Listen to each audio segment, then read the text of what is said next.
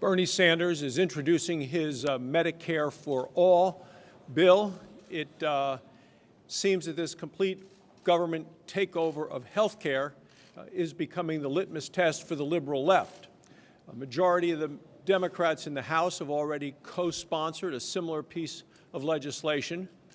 And while Bernie Sanders' slogan may be very popular, it's really the nuts and bolts and the details that matter the most.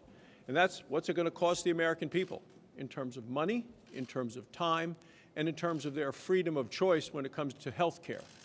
In terms of money, the dollars, what we know is that the state of Vermont, Bernie Sanders' home state, had passed a similar plan for their state, and they had to eliminate it when they realized they would have to double the tax income to the state, double the taxes collected on the people of that state to pay for it because it was so financially expensive.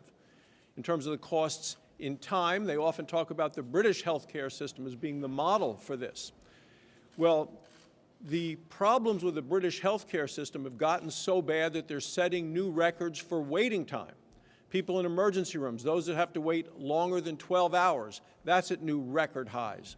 People waiting to just start routine care for chronic conditions. That's expanded to the point of the number of people having to wait over 18 weeks to start the treatment.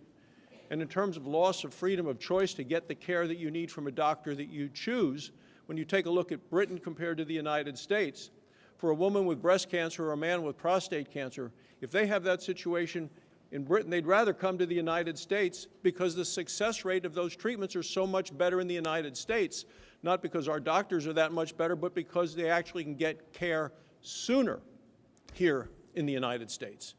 And finally, with a program like so-called Medicare for All, what that means can be devastating to our seniors who are on Medicare now. That's a program that has challenges now in terms of patients getting to see doctors because the reimbursement rates are low.